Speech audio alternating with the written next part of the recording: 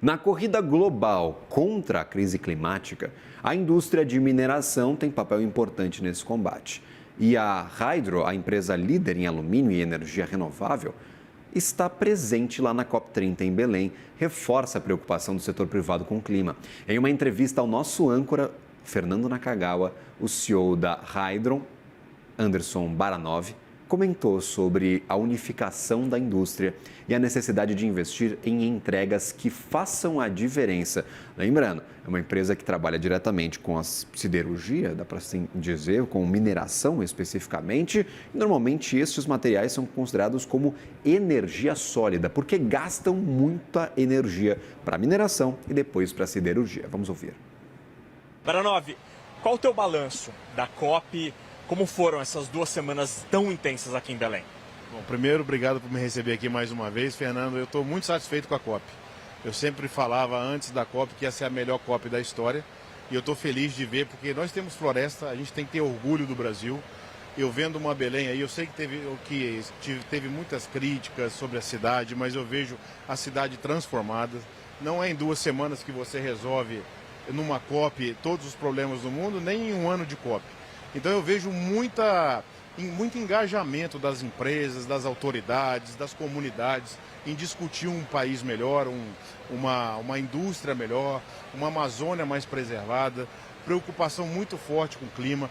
Participei de diversos painéis onde eu pude apresentar a evolução que a Hydro entregou, a maior entrega de descarbonização da COP, por exemplo. Mas eu estou muito satisfeito com o que eu estou vendo. E tenho visto também muita discussão buscando um entendimento comum. Fala-se muito de diálogo, muito de ouvir mais do que falar, de tentar acomodar a situação da região, das empresas, das comunidades. Eu tenho um pouco de esperança. A esperança aumentou durante a COP. Fala-se muito de acabar com polarização. Eu tenho visto isso bastante também, de todos os setores, de todos os lados. Então a esperança por uma sociedade melhor, que isso aqui sirva, que a COP sirva para um ponto de referência para o futuro. Tive com o governador em alguns eventos, a gente conversou muito também sobre o pós-COP. Belém está estruturado, então a gente pôde, como Cimineral, como Hydro, lançar aí a 2ª semana do clima de Belém. Tem lugar melhor? Tem Nova York, é legal também, tem lá, tem Londres, mas Semana do Clima na Amazônia é a melhor solução. Então eu vejo com muita esperança todos os projetos, as entregas e o mais importante, está se falando muito de pessoas, muito das comunidades, muito de como a indústria deve atuar, não só para o clima, mas também para melhorar a qualidade de vida das pessoas. Isso me deixa bastante feliz como um cidadão brasileiro. Baranov, essa percepção que o senhor nos traz é muito interessante porque, aí falando na primeira pessoa, eu como jornalista econômico há mais de 2 décadas, foi muito interessante ver em Belém que empresas concorrentes que lá fora concorrem duramente pelos clientes, pelo mercado, aqui estão juntas. Porque a pauta é maior, né? A pauta do planeta, a pauta de sustentabilidade é algo muito maior do que a briga comercial, a busca por clientes.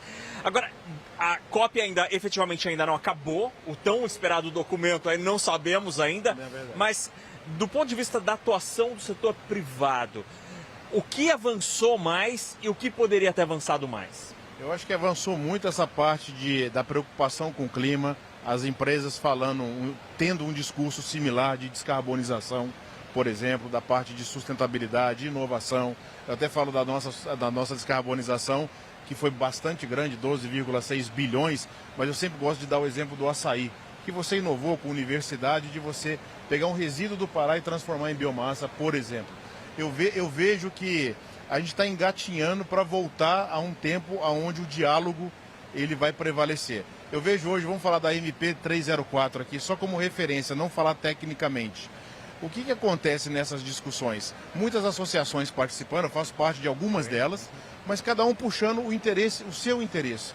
A hora que a gente conseguir olhar como sociedade o que é melhor para o país, aumentar o consumo, por exemplo, e abaixar o preço da energia e valorizar, por exemplo, esse crescimento do país,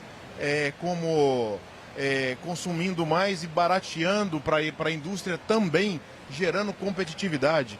Quando a gente começar a criar talvez políticas públicas, e eu vejo isso vai acontecer em breve, aonde a empresa que está aqui também tem que deixar uma verticalização, ou seja, investir na segunda, terceira fase da cadeia dentro do país. Nós vamos ter um país melhor. Como é que você aumenta consumo? Aumentando a empresa. Como é que você aumenta a empresa? Fazendo com que você não só explore, por exemplo, aqui no caso de uma indústria, mas que você também faça a segunda etapa, a terceira etapa, você produza os produtos aqui, não importe depois com a matéria-prima que você enviou. Eu vejo que isso é um alcance, mas que ainda está um pouco longe de virar realidade. Eu acho que o Brasil precisa mudar como sociedade. Eu tive alguns painéis, como, por exemplo, com a ex-ministra Isabela Teixeira, é muito claro isso na fala dela. A gente precisa mudar a mentalidade do país. Precisamos pensar mais como sociedade e menos em relação aos interesses de cada um. Temos que acomodar isso. É utópico? Não sei. Mas eu sou positivista, eu sou um cara, eu tenho esperança que a gente vai conseguir, porque nós temos que defender o Brasil. O nosso competidor não é o meu competidor de metais, ou não é o outro que está produzindo na segunda cadeia. Nós temos que valorizar o país tem que ser competitivo. A hora que o país for competitivo, fica bom para todo mundo. Pensar grande, né, Baranov? Exatamente. E muita gente, inclusive o presidente André Coelho do Lago, destacou de maneira muito positiva a participação do setor privado. Sim. Eu queria ouvir um pouco do senhor como foi observar tantas empresas, tantos CNPJs e não só empresas brasileiras aqui em Belém. Qual a tua leitura dessa participação? Por que tantas empresas estiveram aqui? Porque eu acho que chegou uma fase, Fernando, que todo mundo entendeu que sustentabilidade, que clima não é mais uma discussão, é uma realidade. Você vê aí, infelizmente, o que aconteceu no sul do país, ou vem acontecendo ao redor do mundo. Todo mundo entendeu que a gente precisa evoluir, ter desenvolvimento na indústria, mas também preocupar com o que nós vamos deixar para os nossos filhos, para as futuras gerações. Eu vejo também, o André falou da empresa privada, eu vi muito jovem aqui. Eu vi muita universidade, o Cojovem, que tem parcerias conosco, mas tem com outras empresas. É muito interessante você ver que a nova geração, a geração do futuro, está aqui ouvindo e aprendendo e opinando. Porque não é só quem tem experiência que ensina, quem vive aqui ensina. Então, eu estou muito feliz de ver que muito se falava da Amazônia, muitos se davam de diagnóstico, pessoas dão diagnóstico da Amazônia sem nunca ter pisado aqui. Agora vieram aqui, entenderam como é que funciona, entenderam o calor do povo, o calor da cidade mesmo, como temperatura, as características, mas principalmente entenderam os desafios. E eu acho que é muito melhor. As outras COPs tiveram um valor muito grande, tivemos muitos investimentos, muitos relatórios, assim, especialíssimos, com dados técnicos maravilhosos, mas agora a gente vai para ação. É muito melhor você investir em menos relatório e mais entrega. É melhor para a sociedade, é melhor para a indústria, é melhor para todo mundo, entendeu? E Baranov, para a gente terminar, o que esperar dessa jornada, terminando a COP em Belém, para a seguinte? Será um ano de fato de ação, da implementação, como que é a presidência brasileira? As empresas estão prontas para botar a mão na massa? Eu acho que tem vários níveis de estágios diferentes das empresas. Eu vejo algumas já com essa evolução e outras que vão começar a evoluir a partir de agora. Então, eu tenho muita esperança que isso aconteça. A gente tem um ano eleitoral, sim, ano que vem, mas eu acho que é importante que a indústria foque na evolução. Se você olha, eu vou falar da minha indústria, a mineração. Se você olha a mineração há 10 anos atrás e olha hoje, evoluiu muito. Se todo ano a gente aumentar, melhorar, daqui 10 anos vamos estar muito melhor. Então essa melhoria contínua, vamos incluir o planejamento, que eu acho que é muito importante. Então vamos descarbonizar, vamos investir em pessoas, vamos respeitar cada vez mais as empresas dedicadas, por exemplo, a temas como direitos humanos. Eu acho que esse é o segredo, essa é a solução. Eu venho falando muito aqui, Fernando, que para as pessoas que estão nos ouvindo, para os jovens, para as indústrias, escolha o lado da solução. Construa alguma coisa. Porque o lado da crítica, não que ele não seja importante quando ela é construtiva, mas quanto mais a gente tiver pessoas engajadas em solucionar e menos em criticar, você vai conseguir atingir estágios muito maiores para que você possa entregar. E aí a crítica, ela vai cada vez ser mais qualificada com pessoas que estão vendo o que você está fazendo. Então, eu dou parabéns à organização, ao Brasil, ao presidente, ao governador, A todos que estão envolvidos, André Corrêa do Lago, a Ana Toni, eu dou os parabéns porque tiveram coragem de trazer para o Brasil, embora não seja fácil.